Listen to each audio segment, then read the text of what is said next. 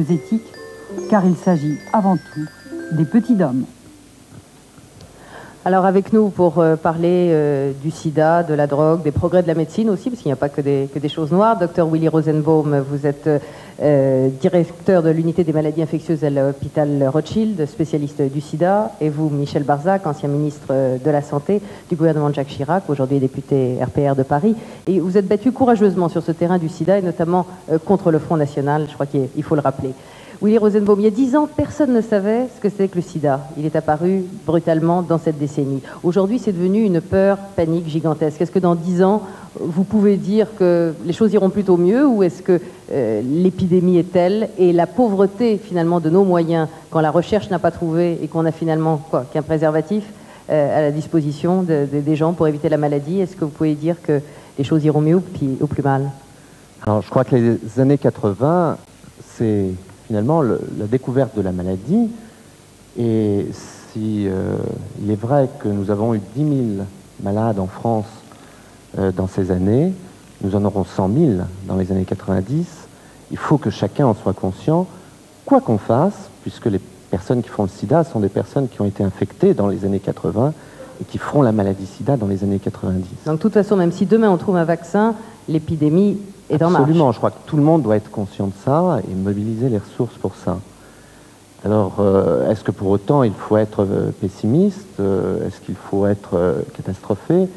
Je ne crois pas, parce que d'énormes progrès ont été faits et les patients aujourd'hui peuvent en bénéficier. Ces progrès, le plus important me paraît être celui de l'acceptation, et où Madame Barzac a joué un rôle clé, je dirais, l'acceptation sociale, car la maladie, c'est de la souffrance physique, mais aussi de la souffrance morale. Et je suis personnellement plutôt fier de la façon dont l'ensemble de ce pays a réagi et a accepté les patients.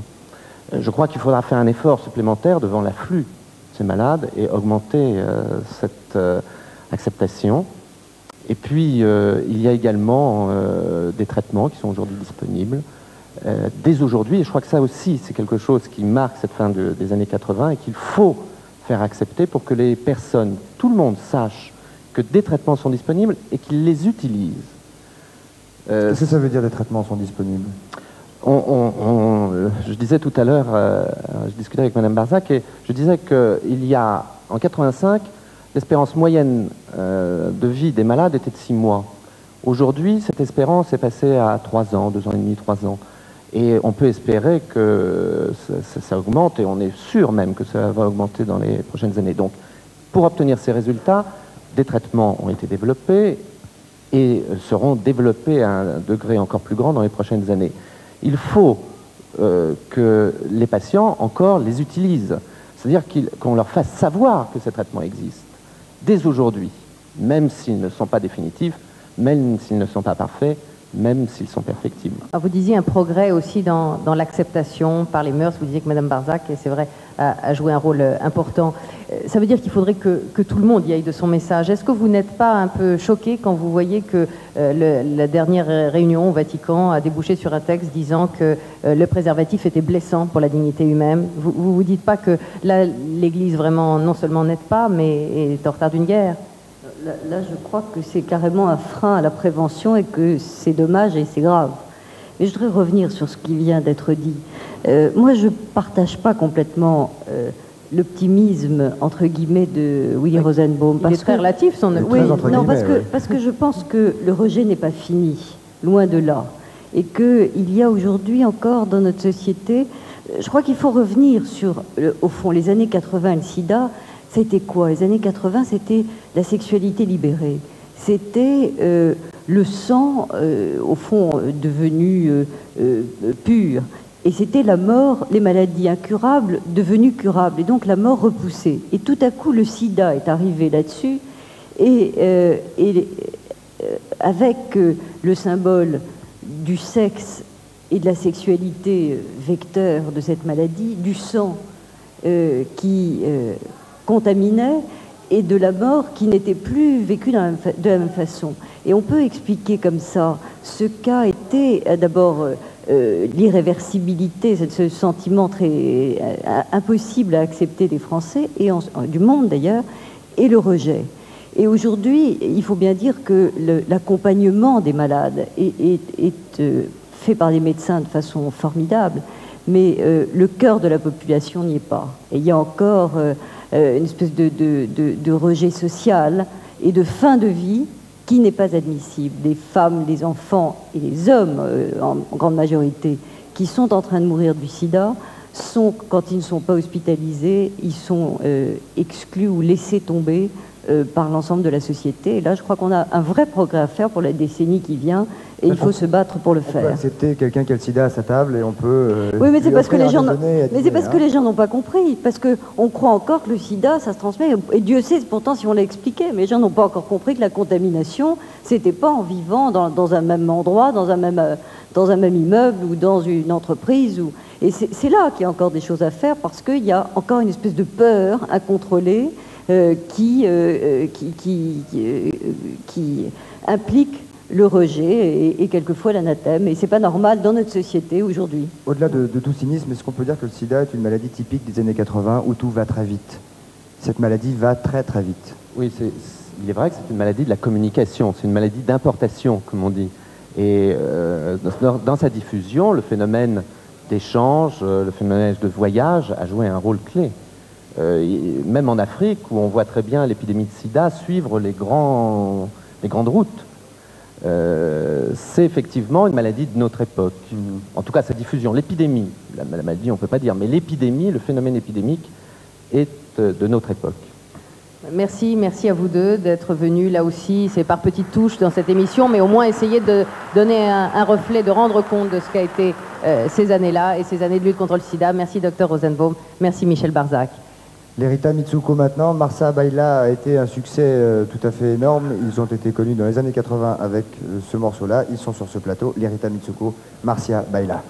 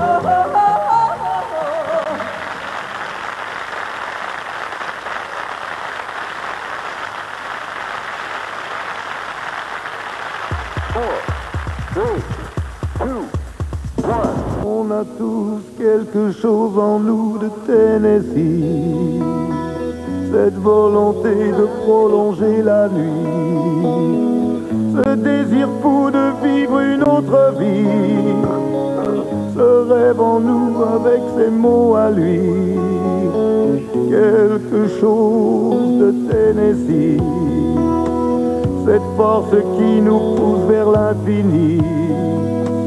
Il y a peu d'amour avec tellement d'envie, si peu d'amour avec tellement de bruit, quelque chose en nous de Tennessee.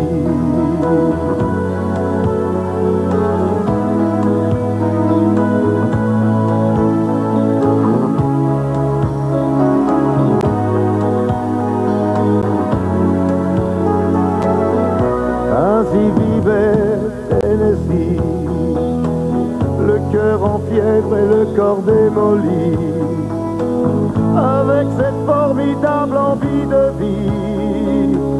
Ce rêve en nous, c'était son cri à lui, quelque chose de Tennessee.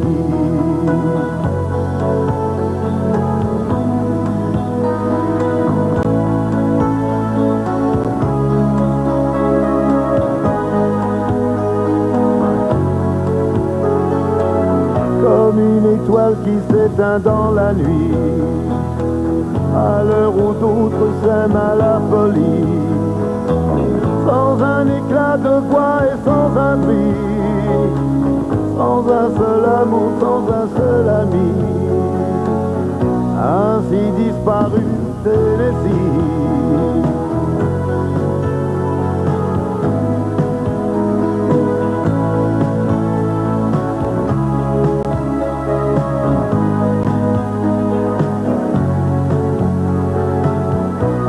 Certaines heures de la nuit, quand le cœur de la ville s'est endormi, il flotte un sentiment comme une envie. Oh, ce rêve en nous avec ses mots à lui, quelque chose de Tennessee.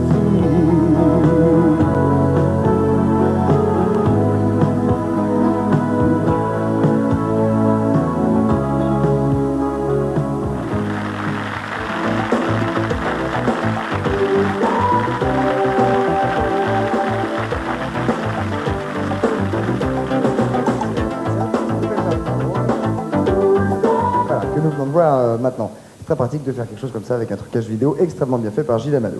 Nous allons maintenant parler d'argent, Oui, parce qu'il a beaucoup été question d'argent. Il y a 10 ans, on ne parlait pas d'argent, c'était plutôt obscène, ça ne se faisait pas. Et puis pendant les années 80, on a parlé d'argent, on a même gagné de l'argent. Enfin, pas tout le monde, c'est vrai. Mais enfin, l'argent est devenu une des valeurs de la société. C'est ce que nous explique Marc Ullmann, qui est journaliste à Paris Match. La bourse de New York s'effondre, la panique s'empare de toutes les places financières, le spectre de la grande crise de 29 hante les esprits. Mais sous l'impulsion de l'américain Greenspan, les gouverneurs de banques centrales évitent le pire. Ils prêtent des milliards et des milliards afin que les investisseurs ne soient pas obligés de brader les actions qu'ils détiennent. Pourquoi tout cela? Certainement pas parce que le cours des actions est trop élevé. Pour prendre l'exemple de la France, la valeur totale de toutes les actions cotées à la bourse de Paris est inférieure à 1000 milliards de francs, alors que des immeubles dans le 8e arrondissement se vendent couramment 2, 3, 4 ou 5 milliards. Or, il est absurde de penser que l'ensemble de toutes nos entreprises cotées en bourse ne vaut pas plus de 2 ou 300 immeubles et qu'on pourrait acheter la quasi-totalité de notre économie productive pour l'équivalent de la moitié d'un bel arrondissement de Paris. Non, le défaut est dans nos cœurs. L'argent est devenu un but et non plus un moyen. Les immeubles plaisent parce qu'on peut les vendre presque du jour au lendemain. Les entreprises effrayent parce qu'en plus de la pierre et des machines, il y a des hommes et ça complique les choses.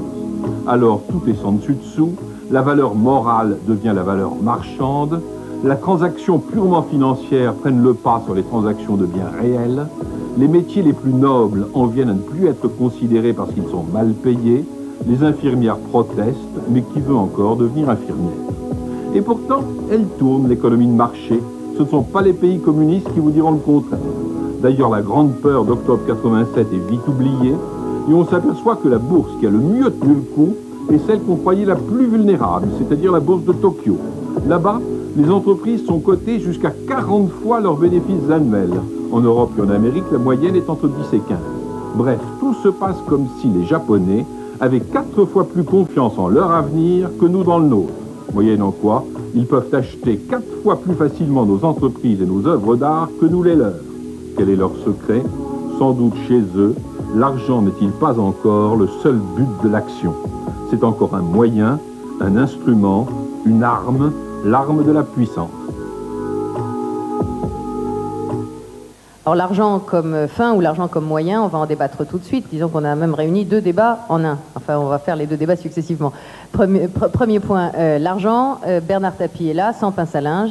Bernard Tapie qui est rentré en bourse avant-hier, qui est vraiment le symbole du gagneur, de l'entrepreneur de ces années-là. À côté de lui, Irène, une infirmière, qui est, elle, représentante de celles qui, pendant ces années-là, ont continué à avoir des soucis et des problèmes et pour lesquels l'argent n'a pas été aussi facile qu'on croit. À côté de moi, François de Closet, rédacteur en chef adjoint à TF1, producteur de médiation. Il a une émission demain, on le fait se coucher tard ce soir, mais il est auteur de best-sellers sur justement l'argent et pour ceux qui ont réussi à gagner. Toujours plus, voilà, gros succès et gros succès de librairie. Et puis on parlera football dans un instant avec Michel Hidalgo et Alain Giresse qui nous ont rejoints. Mais d'abord, bon, l'argent comme fin et non plus l'argent comme moyen, ce que disait Marc Ullmann à l'instant, Bernard Tapie, ça vous frappe, ça? C'est vraiment ça le symbole des années 80, c'est l'argent a été magnifié au point qu'il est devenu un but en soi? Je crois pas, je crois que pendant ces années-là, on a effectivement remis en valeur les gens qui entreprenaient, qui tentaient des choses. Et il se fait que parmi eux, il y en a plein qui n'étaient pas intéressés par l'argent et dont les performances n'étaient pas toujours diamétralement ou parallèlement signifiées par l'argent qu'ils gagnaient. Plein de gens qui ont réussi plein de choses sans gagner de l'argent. Il se fait que si on s'adresse au monde des affaires, un des paramètres qui garantit la réussite ou l'échec, qui constate donc le reflet de la vraie valeur, c'est l'argent parce que c'est notre chronomètre à nous. Alors, après, on le distribue pas, qu'est-ce qu'on en fait et quel est le partage? Ça, c'est un autre sujet. Le vrai sujet, c'est qu'on a vécu des années où on peut dire qu'une nouvelle race d'entrepreneurs est née, que ces gens-là ont fait place un peu à la spéculation, aux promoteurs. Ce sont maintenant les Bolloré, ce sont maintenant les Arnaud, ce sont maintenant tous ces gens-là qui entreprennent, qui reprennent des entreprises, qui les font grossir, qui les font croître. Alors, par contre, je crois qu'on a été un peu victime parce qu'on a été essentiellement témoin d'années qui étaient les années de la communication, et on a fait savoir davantage de choses. Ça, vous y êtes quand même pour quelque chose. Dans des milliers d'images qui vous percutent chaque soir, vous en retenez que quelques-unes. Certaines meurent aussi vite qu'elles vous ont ému ou qu'elles vous ont interpellé, d'autres durent. Et je crois que ça sera là la vérité, ça sera ceux qui sauront durer par rapport à ceux qui n'auront fait que l'effet d'une image qui passe et qui disparaît. François de Closet, sur à la fois ce que vient de dire Bernard Tapie et sur cet argent qui a été un peu le moteur de ces années-là. Il y a eu une révolution et on l'a su exactement parce que par chance, on a posé la même question aux Français. On leur a d'abord posé en 1974, avant les années 80. On leur disait, quand on vous parle de quelqu'un qui en 30 ans, parti de rien, a fait une fortune, quelle est votre réaction? Il a dû beaucoup travailler, c'est 40%. Mais il y avait 37% qui disaient il n'a pas dû toujours être très honnête. On a reposé la même question aujourd'hui. 69% disent il a dû beaucoup travailler, 13% disent il n'a pas dû être toujours très honnête. Eh bien, vous voyez, actuellement, au début de cette émission, on se disait est-ce que les pays de l'Est vont s'en sortir? Eh bien, ils s'en sortiront s'ils peuvent faire, comme nous, cette révolution culturelle. C'est-à-dire penser que la réussite, notamment matérialisée par le fait de gagner de l'argent, ça correspond à du travail et pas à de la malhonnêteté. Nous avions une mentalité de sous-développés et on pensait que la réussite, c'était plus ou moins symbole de malhonnêteté. Aujourd'hui, on sait que c'est symbole de travail. Seulement à partir de là, certains ont dit, eh bien, allez, on gagne de l'argent et tout. Non, les Français sont de bon sens. Ils veulent à partir de là, et alors on s'en étonne, qu'il n'y ait quand même pas trop d'inégalité. Ils veulent pas d'injustice, ils veulent qu'il y ait de la solidarité, ils veulent tout ça. Mais ils ont changé, ils ont passé, au cours des années 80, d'une mentalité sous-développée où on ne croit pas à la réussite, à une mentalité de développer, où on pense que le travail amène la réussite. Irène, quand vous entendez ça, qu'est-ce que vous dites? Parce que je crois que les infirmières sont des gens qui travaillent, qui se donnent à 150%. Je veux dire, s'il y a un métier où on se dévoue à fond, c'est celui-là. Et je crois que c'est pas pour ça qu'elle gagne beaucoup d'argent ou qu'il gagne beaucoup d'argent. Loin de là, je crois. Il y a quelque chose que je voulais dire quand même, c'est que d'une part, je crois que les inégalités, elles existent, et pas plus particulièrement dans nos années 80. Et je crois que l'ensemble des salariés de différents secteurs, y compris bien sûr les infirmières, on a participé durement à cette réalité inégalitaire et sociale. D'autre part, quand on parle de magnifier l'argent, nous, je crois qu'on a voulu magnifier autre chose qui manque peut-être à ces années 80, à savoir qu'il n'y a pas seulement une valeur monétaire à donner aux choses, mais une valeur humaniste fondamentale qui a été, pour la plupart, occultée et oubliée. Et je crois que c'était cet aspect-là de notre lutte qu'on a voulu mettre en avant, c'est qu'il y a des perdants, il y a des gagnants, mais je crois que dans la vie, tout court, que ceux qui gagnent, que ceux qui perdent, que ce soit Monsieur Tapie ou le clochard, tout le monde a le droit d'être soigné dignement et décemment. Et il semble que notre société aujourd'hui n'a toujours pas encore trouvé les moyens, enfin c'est une société barbare quelque part, parce que les vieux on ne sait toujours pas quoi en faire, parce que les jeunes on sait encore de moins en moins quoi en faire, et que ça, tout ça fait que bon, notre lutte, elle a été mêlée à des valeurs qui sont très loin de celles de la bourse à mon avis. Bernard Tapie, quand vous entendez Irène, et au fond, Irène, elle représente les infirmières, elle représente aussi tous ceux qu'on a découverts, c'est-à-dire les enseignants, ou les agents des impôts, ou enfin tous ceux qui ont dit on est un peu oublions pas les chômeurs, oublions pas les chômeurs. Tous ceux qui ont dit on est un peu les oubliés de la croissance. La présence, j'allais dire en même temps, montre que on a voulu, et je crois que c'est le fait de gens qui connaissent pas bien. On a voulu forcément faire opposition à un certain nombre de valeurs qui ne sont pas du tout à mettre en opposition. Je veux dire par là que la création de richesse est un potentiel d'amélioration du niveau de vie général. C'est pas en disant il n'y a plus un créateur de richesse que vous arrangez le sort des pauvres.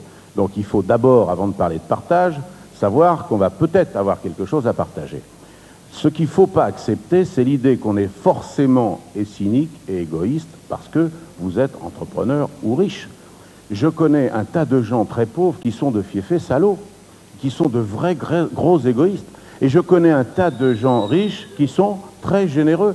C'est pas forcément parallèle. C'est facile de le faire, au moins, je vais vous dire. Personne n'a dit ça. Hein. Mais si, bien sûr que si, beaucoup, souvent. Alors, ce que je crois, c'est qu'il faut reprendre les choses dans leur ordre et admettre que celui qui, dans une société, permet d'améliorer le sort collectif, il est bon qu'il existe ces locomotives, que si les wagons arrivent avec la locomotive à la gare. Si à chaque virage on perd un wagon et que la loco arrive toute seule, ça fait beaucoup de ferraille pour un seul homme. Donc je crois que ça doit être dans un contexte où la valeur individuelle elles doivent être reconnues, elles doivent être encouragées, à condition qu'elles s'accompagnent d'un idéal ou disons d'un intérêt collectif. Mais ça, c'est l'amélioration permanente, c'est le sort de tout le monde. Et c'est dans le sens de cette voie-là qu'on travaille tout le temps. Un mot, François Closet? D'un mot, il faut tout de même savoir que dans notre société, tout le monde est attaché aux valeurs matérielles. On n'est pas une société d'assets. Alors, si on n'a plus que des valeurs de fric, c'est une abomination. Je suis entièrement d'accord avec vous. Si on ne sait pas redistribuer, si on ne sait pas faire la solidarité, si on ne sait pas respecter les autres valeurs, c'est une société d'abjection. Vous avez tout à fait raison. Mais le fait est qu'on ne peut pas à la fois revendiquer pour avoir plus de biens matériels, comme tout le monde revendique et c'est normal, et ne pas encourager la réussite. On ne peut pas. Si on ne veut pas encourager la réussite, alors il faut que tout le monde stoppe ces revendications. Or, je crois que les revendications sont saines et qu'il faut exiger la réussite, la récompense de la réussite, le partage et la solidarité. C'est contradictoire, donc il faut le demander ensemble. Irène ? Je voulais juste rajouter que il nous paraît que cette société est quelque part sans âme, non pas parce qu'elle n'a pas su encourager individuellement chacune des catégories dans la santé, mais parce que je crois que réellement, on nous a fait entendre que les moyens ne pouvaient plus exister pour la santé. Or, je crois que sans être une économie, sans être une politique, on sait que les moyens, il en existe, mais prenons les moyens là où ils existent vraiment, et pas en essayant de tirer à Paul pour donner un peu plus à Pierre. Je crois qu'il y a réellement aujourd'hui, y compris dans la santé, parce que c'est mon secteur, c'est celui dont je parlerai uniquement, il y a des possibilités pour des gros capitaux d'investir, de rendre la santé de la transformer en entreprise rentable. Et ça, c'est réellement quelque chose que l'on ne veut pas cautionner. En tout cas, tous ceux qui participent activement à la santé et tous ces salariés de la santé. D'autre part, il y a un autre aspect des choses qui a été particulièrement important dans ces années 80 et dont je veux parler quand même parce que ça me tient à cœur. Je crois qu'il y a eu de nombreuses luttes de femmes. Notre secteur est principalement composé de femmes. Et je crois que l'on a mis enfin en avant cette nécessaire revalorisation du travail des femmes, de cette qualification que l'on a obtenue et qui ne nous est pas franchement reconnue et financièrement et moralement. Et je crois que c'est quelque chose d'important aussi dans ces années 80, c'est qu'il y a eu les infirmières, il y a eu les instituts, il y a eu des tas de secteurs comme ça, composés principalement de femmes. Et je crois que ça reflète un peu l'état de domination et d'aliénation dans lequel on se trouve aujourd'hui dans ces années 80. Dans ces professions particulièrement, parce qu'il ne faut pas non plus généraliser. En effet, la vie des femmes n'a pas plutôt empiré dans les années 80. Disons que le niveau de responsabilité a été quand même de plus en plus et de mieux en mieux partagé. Alors, Irène, c'est l'exemple d'un dévouement et peu de choses au bout. Et puis il y a Alain Giresse qui va prendre le micro de Michel Hidalgo pendant 2 minutes parce que le sien est mort pour le moment, et qui est l'exemple de quelqu'un qui a gagné beaucoup d'argent et très vite avec le sport. Alors moi je voudrais que vous nous donniez votre réflexion sur cet argent si vite gagné. Et est-ce que vous en avez toujours autant? Et est-ce que vous ne l'avez pas gagné cet argent peut-être un peu trop rapidement? Bien, moi, en ce qui me concerne personnellement, non, certainement pas. Ce qu'il y a, c'est qu'il est sûr que quand on fait le métier que l'on fait, nous, je veux dire que c'est un métier comme ça, que l'on arrive là-dedans, d'abord qui est au départ un jeu qui devient un métier, et tout d'un coup, avec tout l'aspect financier qui vient de se greffer là-dessus, et je dirais qu'on est un petit peu, quelquefois, surpris de voir les sommes qui nous sont données pour nous permettre de pratiquer notre métier. Un transfert, par exemple, coûte beaucoup. Ah oui, par exemple. Oui, enfin, il faut se dire que les transferts, par exemple, ne fonctionnent que de club à club et que le joueur, en l'occurrence, a simplement une rémunération plus importante et non pas ces grosses sommes que l'on entend et qui transitent d'un club à un autre, tout simplement. Et je crois que ça fait partie du système professionnel, en France comme ailleurs d'ailleurs. Donc je crois que en ce qui concerne les joueurs, je crois qu'il faut faire très attention, c'est sûr, à ce phénomène de l'argent et que pour nous, c'est une chose qu'il faut profiter puisque c'est ainsi, mais je crois que ce n'est pas l'essentiel en ce qui nous concerne. Est-ce que vous n'avez pas répondu? Est-ce que vous avez peut-être un sentiment d'avoir gagné trop vite et trop d'argent? Trop vite, c'est-à-dire c'est certain que au niveau dans la vie, c'est vrai qu'on démarre dans le football très jeune et tout d'un coup ces sommes d'argent arrivent rapidement. C'est vrai quand on a 18-20 ans, tout d'un coup ces sommes-là nous sont proposées et effectivement on n'est pas du tout armé. De toute façon on n'a pas une formation non plus pour être armé comme ça pour recevoir ces sommes-là, mais je dirais que ça c'est ainsi et je crois qu'à l'inverse de d'autres, je crois qu'on démarre très haut et très fort par rapport à notre âge au niveau financier et qu'ensuite je crois qu'on fait un métier pendant 10 ans qui nous permet de gagner de l'argent, mais ensuite on retombe bien, si vous voulez, après ces 10 ans. Pardon? Vous avez eu des déconvenus, des soucis? Oui, mais en ce qui me concerne, oui, effectivement. Mais je dirais que, bon, ça n'a rien à voir, c'est un cas personnel. Ce que je veux dire, c'est que tout d'un coup, ces 10 années passées, je crois qu'on retombe après, je veux dire, dans ce que l'on peut faire, à moins d'avoir eu la possibilité, et ça n'arrive pas beaucoup de joueurs, de pouvoir vivre avec ce qu'ils ont gagné pendant leur carrière. Vous ne regrettez rien, pour conclure? Pardon? Vous ne regrettez rien? Certainement pas. Je ne suis pas venu dans le football parce qu'il y avait de l'argent à gagner. Je suis venu parce que j'aimais ça et parce que j'étais doué pour ce sport-là. Et puis tant mieux que j'ai pu en faire pendant 10 ans ou 15 ans mon métier. Michel Hidalgo, vous êtes à côté d'Alain Giresse. Je voudrais votre réflexion aussi là-dessus, puisqu'on est sur un plateau fric. Oui, ce qu'il faut d'abord dire, c'est que tous les sportifs professionnels et autres sont d'abord venus au sport par amour. Il y a après les aspects financiers, bien sûr, mais ils ne le savent pas au départ. Et puis, en France, c'est toujours un mauvais mariage, l'argent et le sport. Dans d'autres activités, on en parle beaucoup moins, il y en a beaucoup plus. D'abord, il faut mettre en préambule que tout ce qui est excessif, tout ce qu'il y a de trop grand, il faut le combattre. Mais par contre, ce qu'il faut dire, c'est que l'argent existe partout et l'argent n'est pas moral, immoral ou amoral, c'est dans son aboutissement qu'il y a cette moralité. Et donc, il y a des très grands musiciens qui gagnent énormément d'argent, c'est pas pour cela qu'ils prodiguent de la mauvaise musique. Mais dès que dans le sport, quelqu'un gagne beaucoup d'argent, il est toujours suspecté de quelque chose. Alors, il faut détruire cette image-là et d'abord dire qu'il y en a beaucoup moins qui gagnent de l'argent qu'on ne le pense, il y en a quelques-uns, Mais c'est comme dans toutes les activités, quand il y a des champions qui remplissent les stades, il est normal qu'ils gagnent énormément d'argent. Il y en a beaucoup d'autres qui en gagnent pas beaucoup, et on croit qu'ils en gagnent. Personnellement, j'ai été joueur professionnel pendant 13 ans, on ne gagnait pas d'argent, et on avait la même suspicion que les footballeurs actuels. Alors c'est ce qu'on voudrait combattre, et répéter que l'argent, eh bien, il faut le prendre en pleine gueule, tout le monde, et qu'il faut savoir le maîtriser.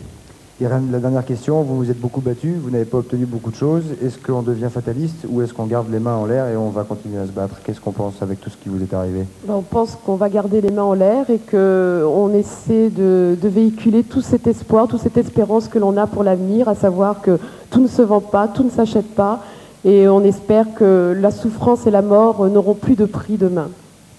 Merci à vous tous d'avoir participé à ce plateau tardif.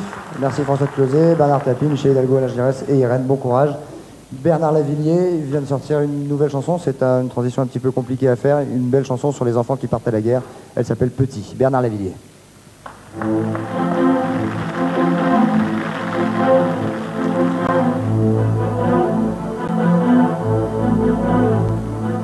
Un enfant avec un fusil trop grand, un enfant marche lentement, à pas hésitant, au milieu du sang et du silence,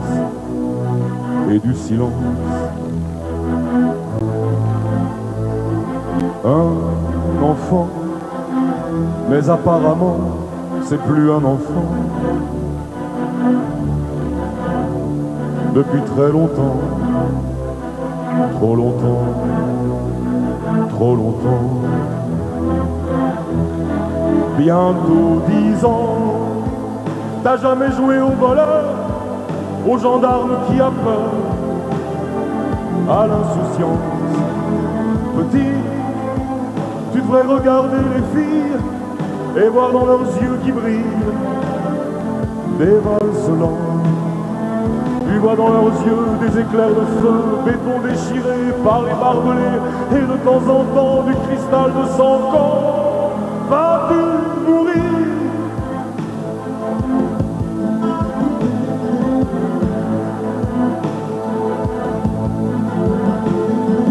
Un enfant avec un fusil trop grand, un enfant, mais apparemment c'est plus un enfant, peut tuer comme un grand, comme à la guerre, évidemment. Bientôt 10 ans, il y a des pays tranquilles et des jardins dans les villes, et de l'argent. Petit, tu sais pas jouer aux billes, tu revends les balles en cuivre. Pour le moment, tu vis au milieu des éclairs de feu, béton déchiré par les barbelés, et de temps en temps du cristal de sang. Quand vas-tu mourir?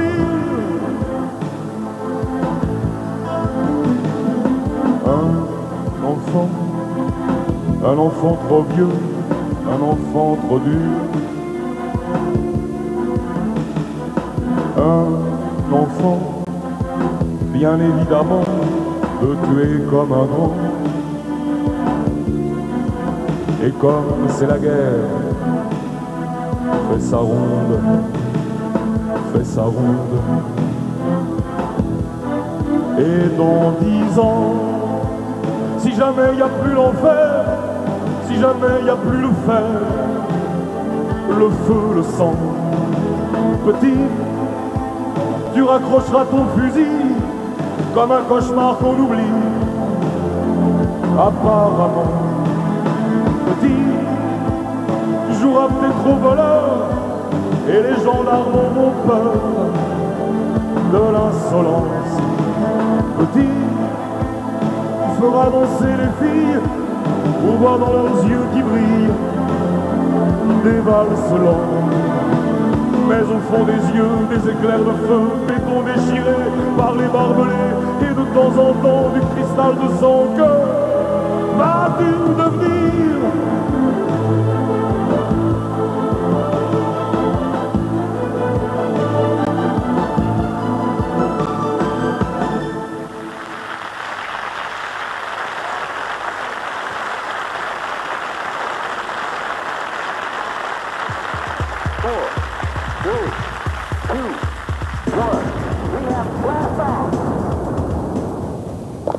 Ragazzina, bella, è questo per favore, querida, un segundito. You are a tourist, yeah? On a tout dit sur l'Europe, mais rien, sauf des clichés, sur les consommateurs européens. Alors, Young et Rubicam, première agence de publicité européenne, organise un grand colloque avec TF1, Convergence et divergence culturelle en Europe. L'Europe n'est pas un lieu commun.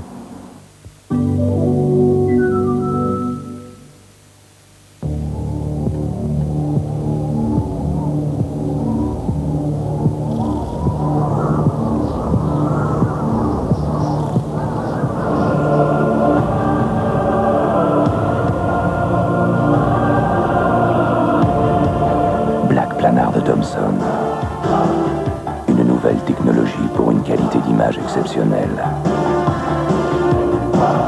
Black Planard de Thomson, loin devant.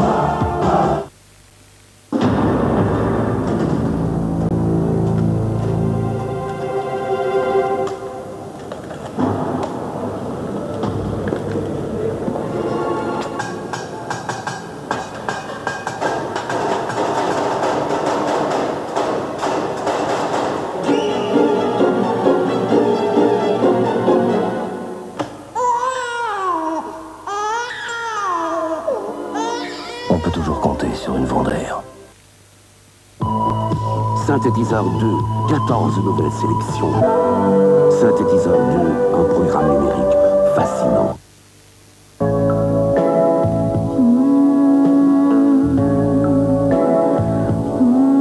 Moi, les Pyrénéens, je les aime comme ça, frappés.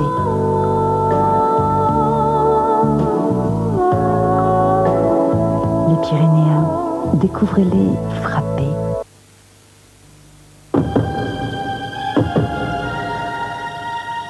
Quand, après plus d'une année, les ananas sont à parfaite maturité, le moment vient de les cueillir. Ce moment précis, unique, seul l'homme de Del Monte le connaît bien. L'homme de Del Monte a dit oui. Et ainsi cueillis et mis en boîte le jour même, les ananas arrivent sur votre table en ayant conservé intacte leur saveur inimitable. Oui au meilleur, Del Monte. Existe aussi sans addition de sucre. Une semaine de cadeaux extraordinaires.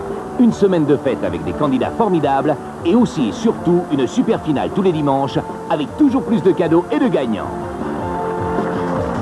Les 200 magasins But et TF1 présente le juste prix.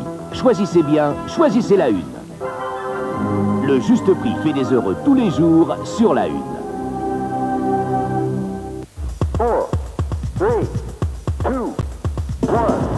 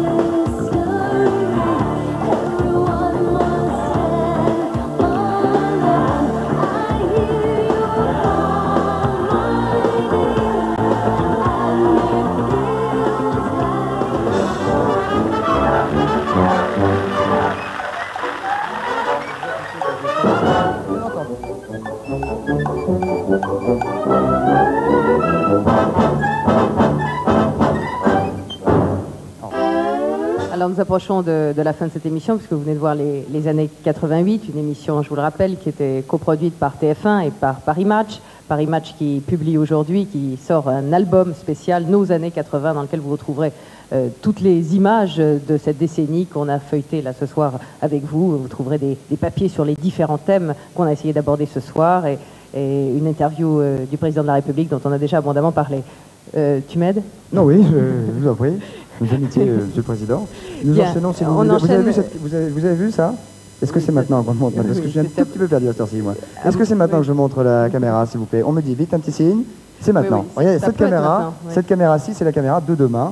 C'est la caméra haute définition, chère Anne. Et nous allons rejoindre immédiatement. Qui est-ce que nous allons rejoindre tout de suite? Michel Chevalet qui est dans un car Thomson, justement pour nous faire un peu une démonstration de ce que sera la télévision de demain. Et ça, il sait le faire. Ah oui, non, mais attendez, avant d'être à la télévision de demain, on va faire celle d'aujourd'hui. Oui, là, on est à l'extérieur, juste devant l'Empire, avec le car Thomson derrière moi. Juste une petite précision, si vous voulez, très rapidement. Pour moi, les années 80, c'est 4 choses. La première, c'est l'explosion de l'électronique. La deuxième, c'est l'explosion de l'espace commercial. La troisième, c'est les télécommunications spatiales qui nous permettent la télévision et les informations. Et puis, la quatrième chose, on va le voir, c'est la télévision qui va devenir un formidable outil. Mais pour moi, l'image symbolique, regardez-là, c'est tout de même les Européens avec Ariane qui ont fait un bras d'honneur à l'Amérique et qui ont réussi à s'imposer dans l'espace. Ça, pour moi, c'est l'image des années 80. À l'image. Décollage. Ouah,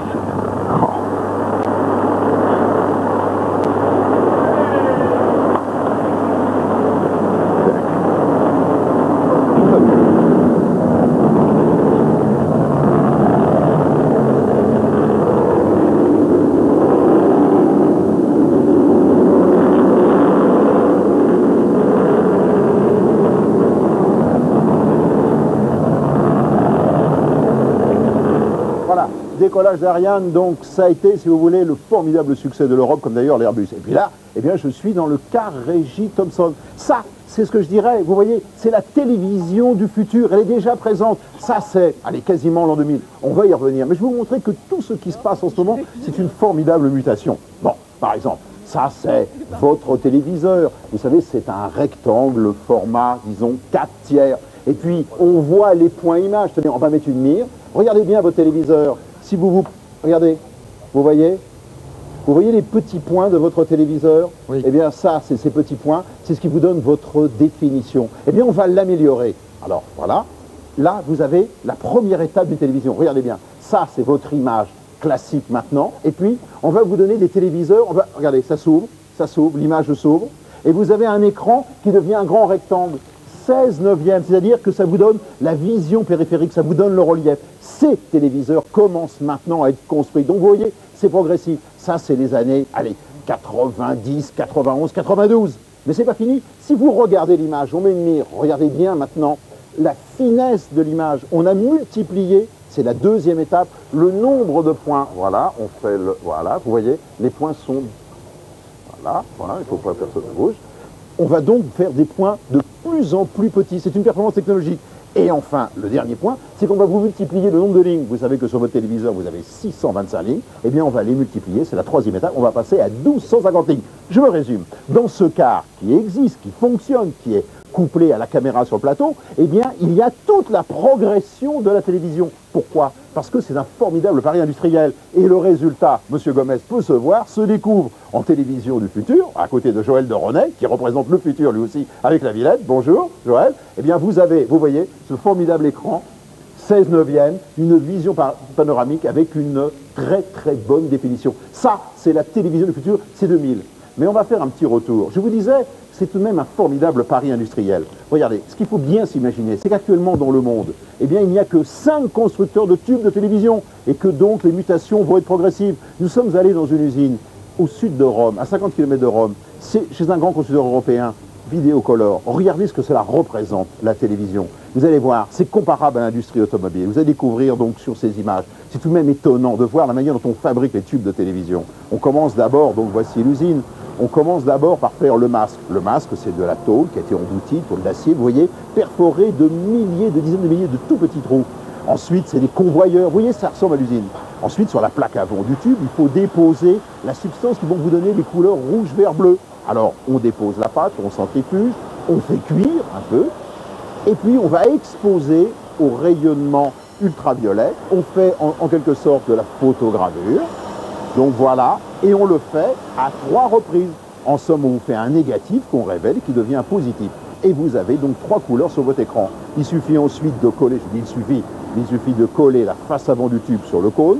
On met le canon à électrons, on fait le vide, et puis, dernier point, on procède au réglage. Et enfin, entièrement automatisé, il y a les robots pour l'emballage. Donc je me résume, vous voyez que derrière tout cela, il y a derrière cette télévision haute définition que vous avez vraiment pour la première fois en direct, hein, je répète, elle est là, cette image-là.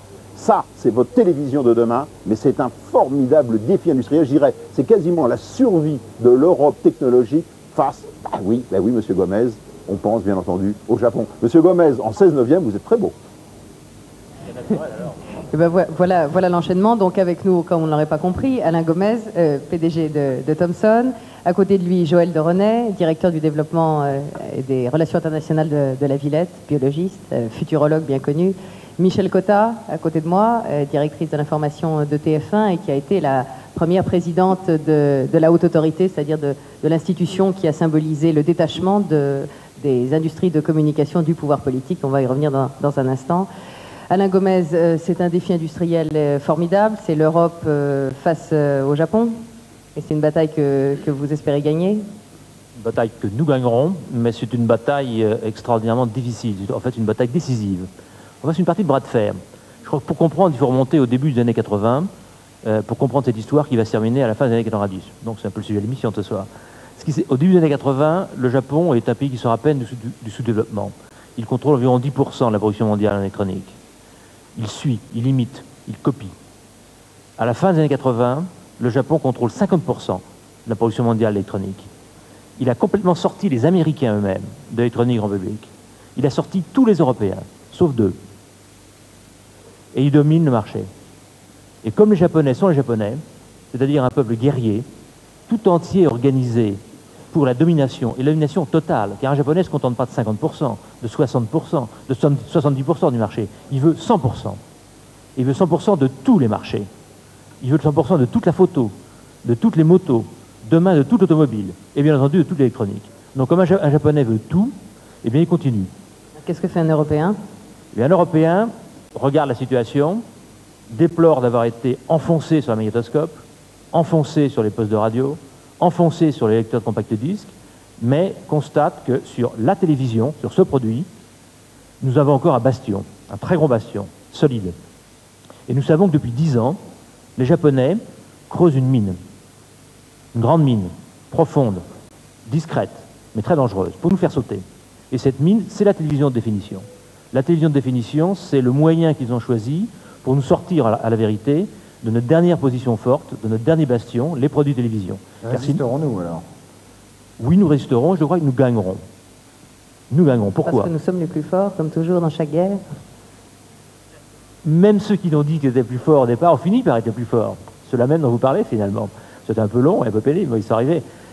Pour gagner, il faut comprendre à quoi on joue. Je crois qu'ils ont compris cette fois-ci à quoi nous jouions, à quoi ils jouaient, et donc à quoi nous devions jouer. Et surtout, je pense que les autres comprennent qu'il faut commencer à se mobiliser. Alors, la télévision haute définition, on n'en voit pas encore vraiment le grain, mais on a déjà vu un peu le format. Ça va révolutionner quand même la télévision de demain. C'est un encouragement formidable pour vous, parce que vous dites qu'il y a tous les foyers à équiper. C'est formidable comme enjeu. C'est formidable, c'est un très beau produit.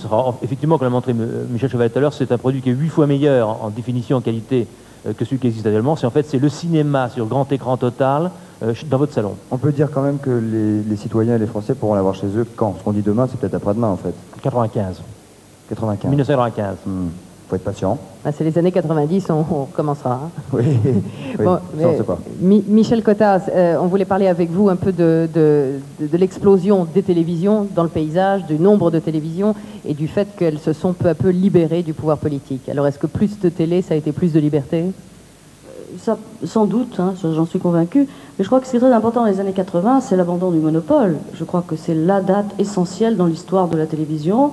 On a attendu en France 1982 pour abolir le monopole, et partout ailleurs, il avait été aboli bien avant, puisqu'en Angleterre, par exemple, c'est 1954. Alors d'un coup, évidemment, il y a eu place, et la technique, bien sûr, a été capital pour ça. Bien sûr, tout de suite, il y a eu place pour des tas de télévisions, hertziennes ou par satellite, des tas de radios, et c'est vrai que l'explosion caractérise les années 80.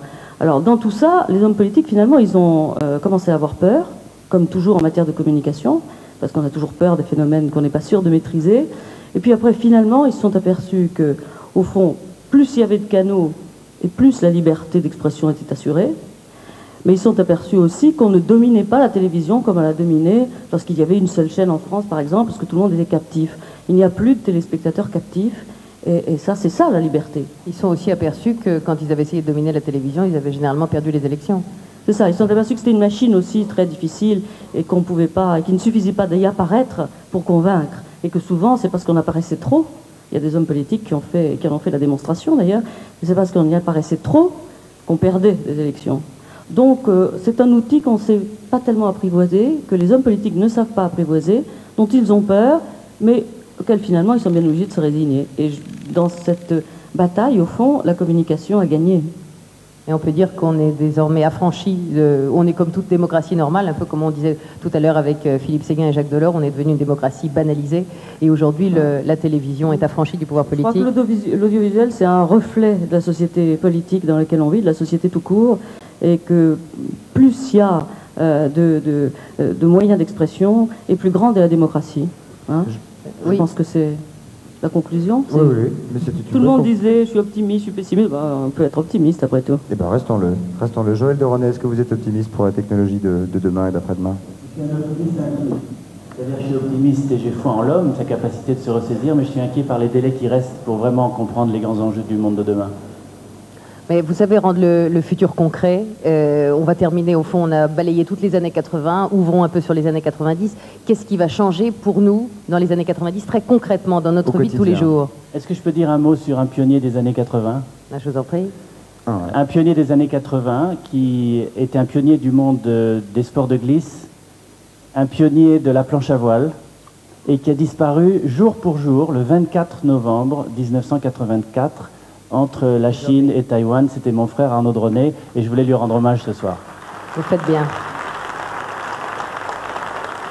Alors, je crois que, comme je pourrais vous parler des années 90 pendant 2 heures, et que c'est pas le cas, je voudrais choisir un élément qui me paraît être tout à fait déterminant des années que nous allons vivre, et on l'a beaucoup prononcé le mot, c'est celui de la communication, mais d'une communication un peu particulière. Je dirais que c'est la communication personnelle mobile.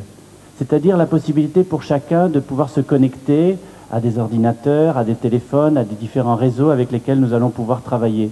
Et pour ça, j'ai voulu l'illustrer par un certain nombre d'objets qui, je crois, sont très familiers dans les années 90, qui existent déjà aujourd'hui, et qui, chacun d'entre eux, illustre un peu ce monde de demain.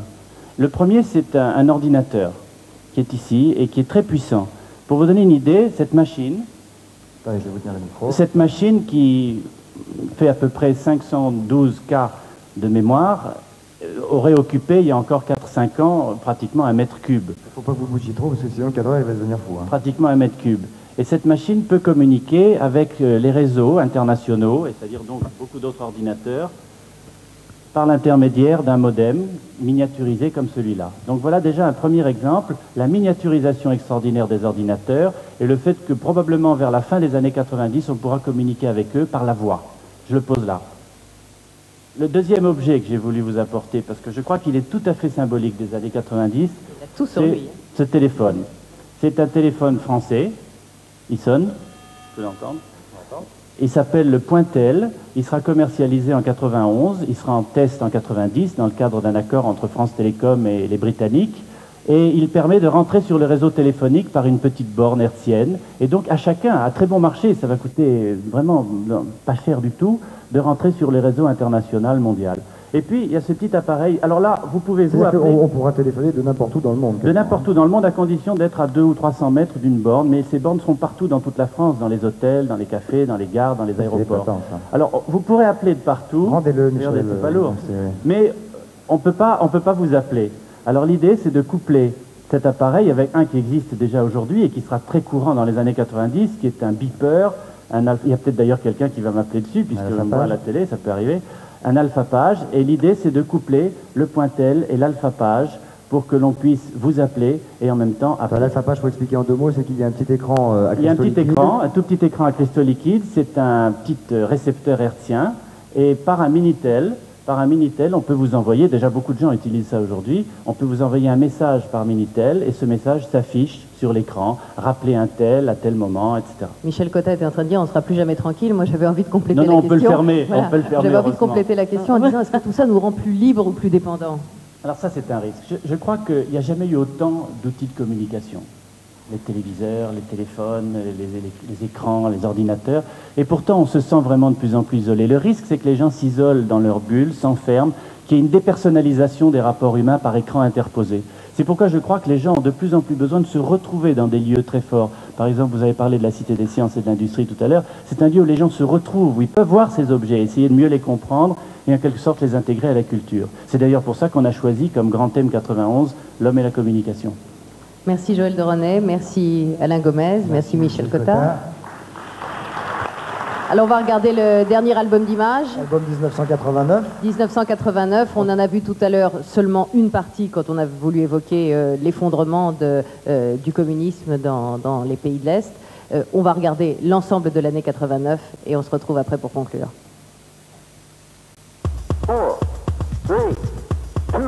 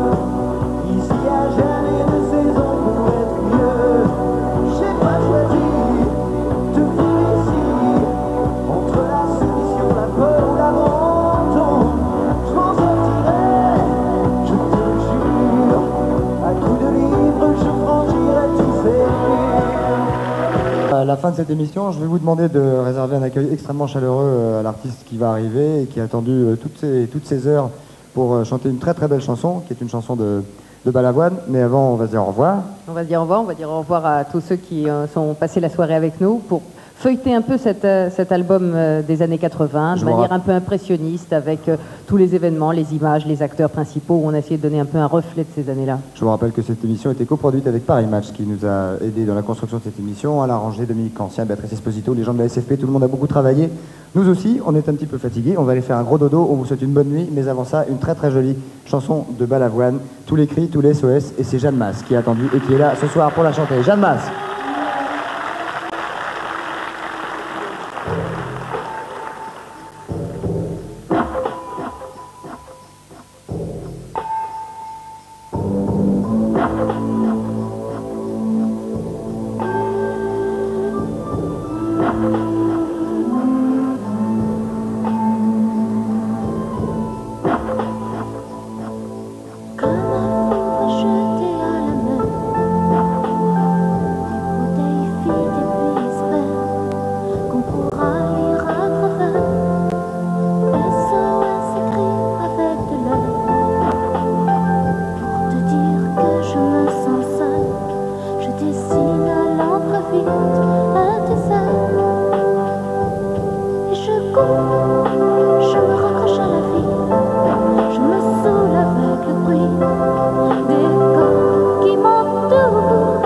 Comme des lianes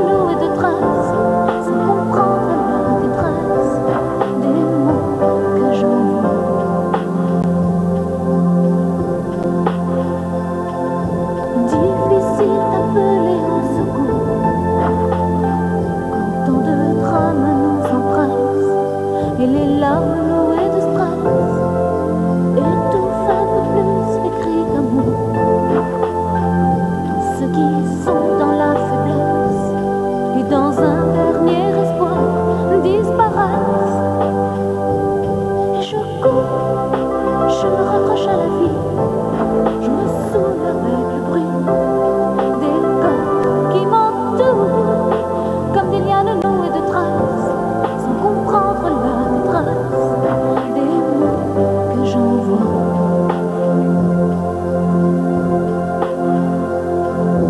Tous les cris, les SOS partent dans les airs, dans l'eau lasse une trace, dont les équipes font la beauté. Pris dans leur vaisseau de verre, les messages luttent, mais les vagues les ramènent en pierres d'étoiles sur les rochers.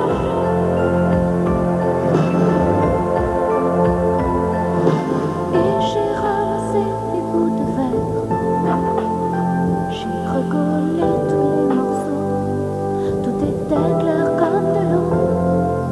Contre le passé, y a rien à faire. Il faudra changer les héros dans un monde où le plus beau reste à faire. Et je cours, je me raccroche à la vie, je me saoule avec le bruit des corps qui m'entourent, comme des lianes nouées de traces, sans comprendre la détresse des mots que j'envoie.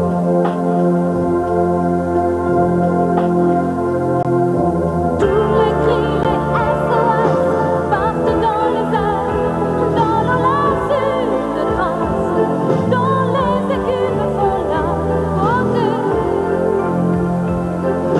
Pris dans leur vaisseau de verre, les messages luttent, mais les vagues les ramènent en pierres d'étoiles sur les rochers.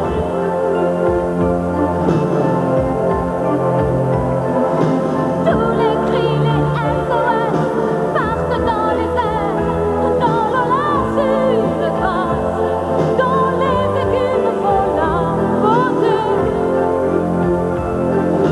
Pris dans leur vaisseau de verre, les messages luttent, mais les vagues les ramènent en pierres d'étoiles sur les rochers.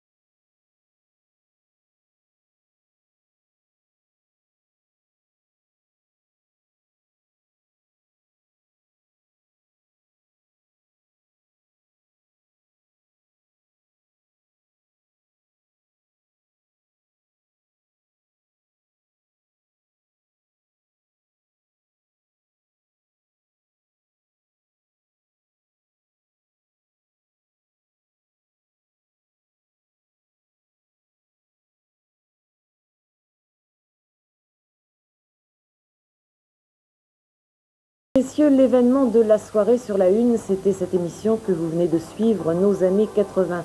Alors bien sûr, l'émission a duré beaucoup plus longtemps que prévu. Vous deviez ensuite voir la série Les défis de l'océan. Mais vu l'heure tardive et la qualité de l'émission Les Défis de l'Océan, il serait dommage de la diffuser maintenant. Aussi, nous vous donnons rendez-vous jeudi prochain à 22h15 pour suivre cette émission Les Défis de l'Océan.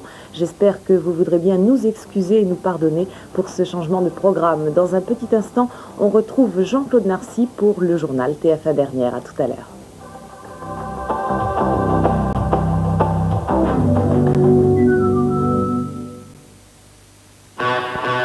Europe 2 présente les années Stones.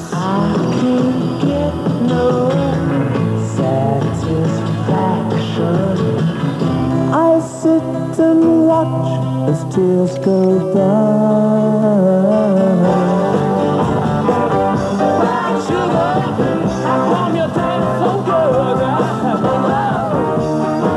Les années Stones, c'est LA compilation des Rolling Stones.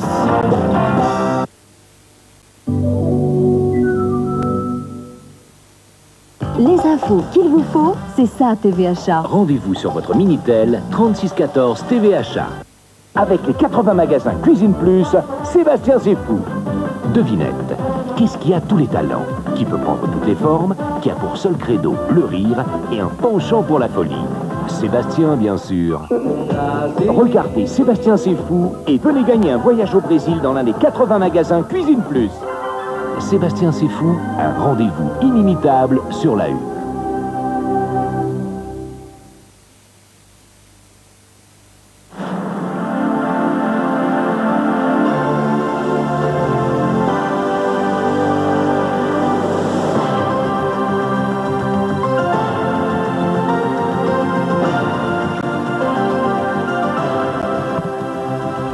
Alexandre Dubček réapparaît 20 ans après le printemps de Prague dans une manifestation à Bratislava. Au Liban, les députés réunis pour désigner un successeur au président Maouad, assassiné hier. À Dreux et à Marseille, élections législatives partielles sur fond d'immigration. Madame, Monsieur, bonsoir. Le nom d'Alexandre Dubček, lié à une première fois à l'histoire de son pays à l'occasion du printemps de Prague, va-t-il se greffer 20 ans après à cet autre grand tournant pris aujourd'hui par la Tchécoslovaquie? Condamné à la solitude pendant 20 ans, Alexandre Dubček n'en était pas pour autant oublié de ses compatriotes. Ce sont les plus jeunes d'entre eux qui sont allés le chercher. Ce soir, il a renoué avec les foules et a prononcé un discours devant 50 000 manifestants. Sur place, notre envoyé spécial, Patrick Bourra. L'homme qui incarne à nouveau l'espoir des Tchécoslovaques a peur. Il ne veut pas être filmé. Alexandre Dubček, 67 ans, est en colère. Le visage étonnamment lisse et grave, comme en 1968, il semble n'avoir pas changé. Il se cachait depuis 2 jours lorsque nous l'avons surpris changeant de domicile. Il parle de militaires qui le surveillent. Il court, il veut nous semer. Alexandre Dubček ne veut pas être empêché de pouvoir s'adresser aux manifestants cet après-midi sur la place centrale de Bratislava, sa ville natale. Il est indigné. Il dit que nous lui faisons prendre des risques. Quelques minutes auparavant, des étudiants étaient venus l'inviter à prendre la parole à une assemblée générale de la faculté de médecine. Les jeunes connaissent mal cette période de l'histoire. Nous savons seulement qu'il a voulu faire en 68 ce que Gorbatchev fait maintenant. Oui, pour la jeunesse tchécoslovaque, Alexandre Dubček est bien un symbole. Place de l'insurrection nationale slovaque, son nom est scandé et porté sur quelques banderoles. Ce mouvement concerne tout le pays, dit-il, étudiants, ouvriers, mais aussi enfants, parents qui ont connu une autre époque. Tout le monde veut le renouveau de la société tchécoslovaque, et ce mouvement qui est le mien ne doit pas être violent. Il a un crédit moral qui a eu en 68, je crois qu'il l'a gardé pendant ces 21 ans. Est-ce que c'est comme au mois d'août 68? Est-ce que ça démarre de la même façon? Je ne crois pas, parce que maintenant, ça commence vraiment du peuple. À l'époque, il y a 21 ans, c'était plutôt une renaissance du Parti communiste qui a commencé du haut en bas. À mon avis, l'initiative commence maintenant du bas en haut. J'espère bien qu'on va y arriver jusqu'en haut. Dubček n'a pas précisé quel rôle il entendait jouer maintenant. La mémoire des Tchécoslovaques est encore anesthésiée après 21 années de plomb. Lui-même est un peu hébété. Il ne saura que demain si l'histoire lui donne enfin raison. Pendant qu'Alexandre Dubček réapparaissait à Bratislava, On l'a même vu à la télévision tchécoslovaque ce soir. À Prague, place Venceslas, il y avait plus de 300 000 manifestants. Des manifestants enthousiastes à l'annonce de la réunion demain du comité central extraordinaire du Parti communiste qui augure de profonds remaniements au sein du gouvernement. À Prague, Isabelle Bayancourt. Le Parti communiste tchèque va-t-il trouver la solution miracle? En convoquant un plénum de crise, il espère sortir en tout cas de la situation où il est depuis une semaine. Pour la rue qui manifeste chaque jour, le rendez-vous de la place Venceslas est devenu un pèlerinage joyeux et rituel. Chaque jour, un peu plus de slogans, beaucoup plus d'audace et de détermination. Les Tchèques ont le sentiment d'être maîtres du terrain. Václav Havel, opposant célèbre, attise tous les après-midi l'enthousiasme de la foule en martelant les mots liberté, démocratie, élection libre. C'est donc une course de vitesse qui s'engage entre la rue et le régime, entre les partisans du dialogue et ceux d'un recours à la force. Le remplacement du directeur de la télévision et la présence de milices dans les bâtiments laissent penser que certaines limites ne pourront pas être franchies. Si le numéro 1 communiste est remplacé, son successeur, sans doute le Premier ministre Adamets, pourra-t-il inverser la tendance en cours, celle d'un printemps qui n'a pas envie de s'assombrir? En RDA, Erich Honecker, l'ancien dirigeant tout-puissant de l'Allemagne de l'Est, est en passe d'être chassé du Parti communiste. Il ne doit qu'à son mauvais état de santé de ne pas avoir été exclu dès aujourd'hui, faute d'avoir pu venir s'expliquer devant la commission de contrôle du parti. Et dans les rues, les manifestants vont même jusqu'à réclamer l'envoi en prison de l'ancien numéro 1 est-allemand. Quant à Egon Krenz, eh bien, il affirme que le Parti communiste est prêt à abandonner son rôle dirigeant dans la vie du pays. Et puis on apprend ce soir que pour les habitants de Berlin-Est, il n'y a plus besoin de visa pour voyager à l'Ouest, il suffit simplement d'un passeport. L'autre grand titre de l'actualité reste aujourd'hui encore le Liban, toujours sous le coup de la mort du président Maouad. Pour le général Aoun, l'assassinat de René Maouad doit inciter à une mobilisation internationale pour sauver le Liban des occupations étrangères. Et il demande à l'ONU de former une commission d'enquête. Quant au ministre syrien de la Défense, il menace de représailles le général Aoun, qu'il met directement en cause dans cet attentat. De leur côté, les députés libanais ont engagé dès ce jeudi des concertations pour désigner un successeur au président Maouad. À Beyrouth, Alain Ménard. L'assassinat de Béchir Gemayel il y a 7 ans, les parlementaires libanais se sont lancés dans une véritable course contre la montre pour élire un successeur au président René Maouad. Toute la journée, des concertations ont eu lieu entre les députés présents au Liban afin d'aboutir à une unanimité sur un nom. Concertations qui ont eu lieu à l'hôtel du Parc à Shtora ou à l'hôtel Parmir à Baalbek, deux villes situées dans la vallée de la Beka. Ces déplacements, comme ces réunions sous très haute protection syrienne, permettent de ce fait d'avoir l'imprimature de Damas, indispensable à toute élection présidentielle. Le quorum nécessaire sera atteint sans difficulté.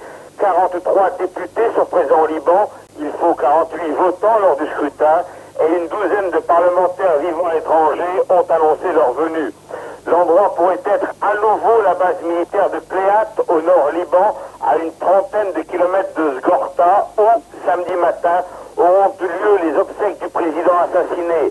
Un avion spécial est déjà prévu entre Beyrouth et Cléat pour permettre aux diplomates de se rendre aux funérailles.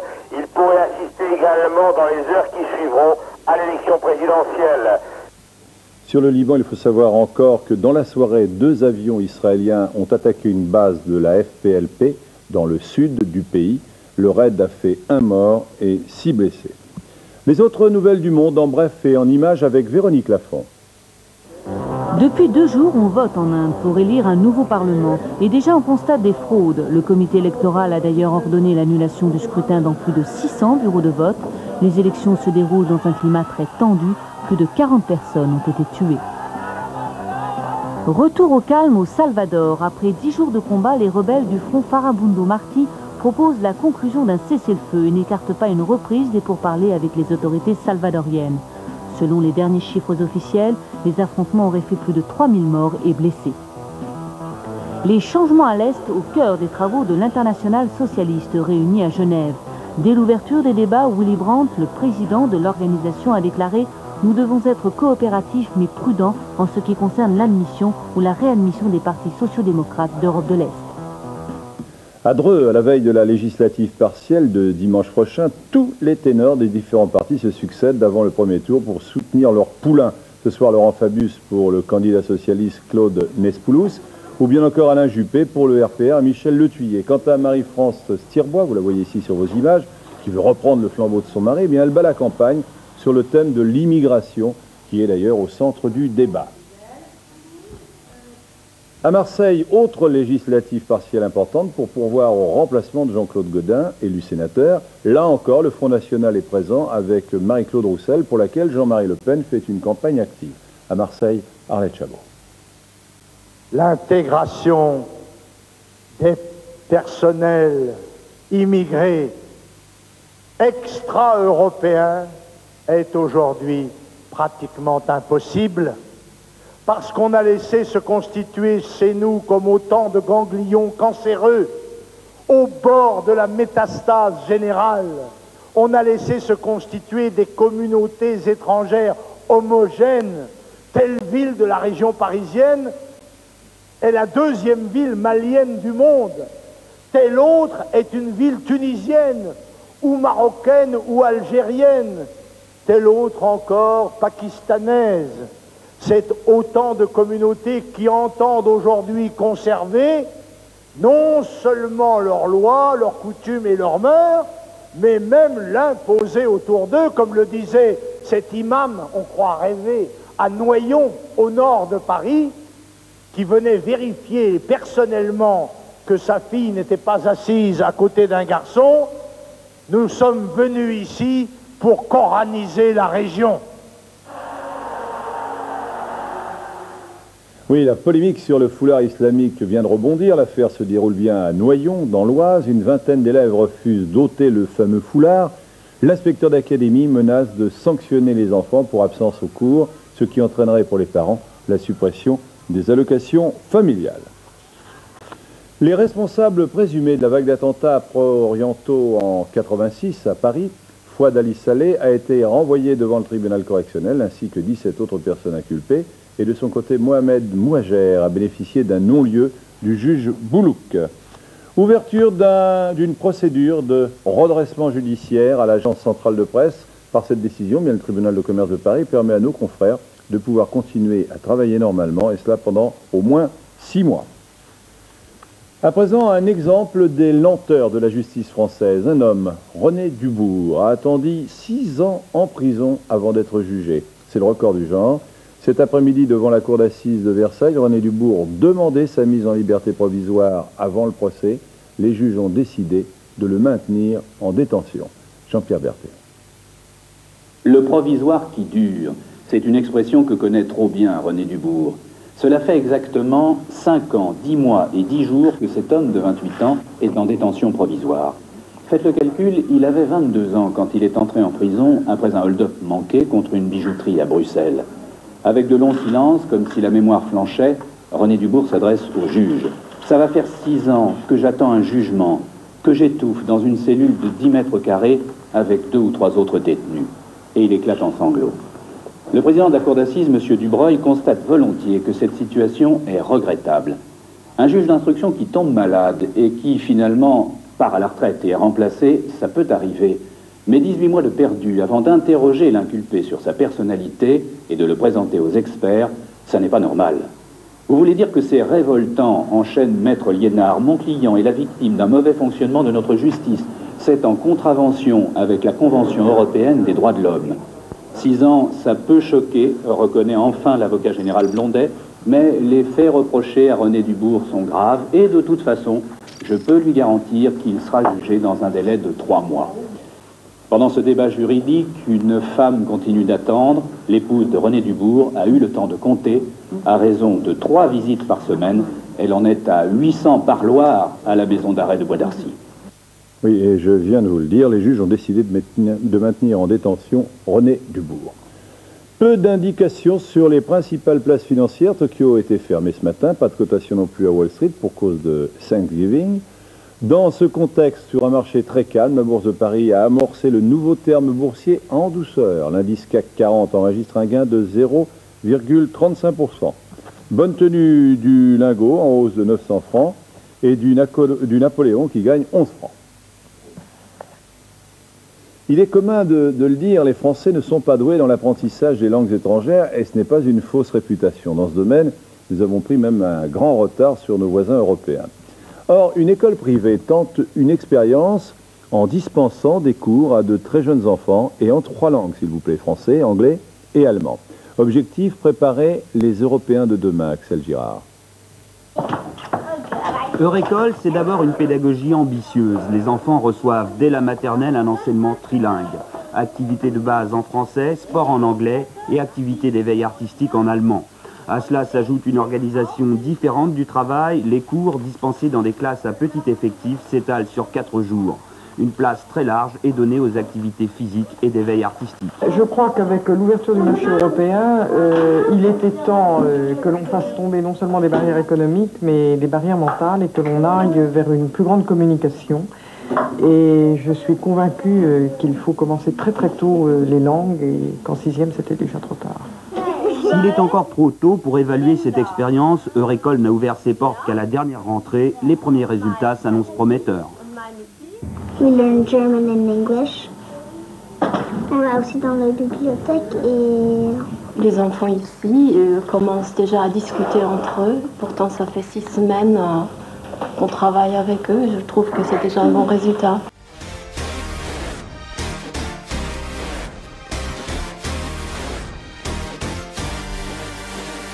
His name is Robert Paulson.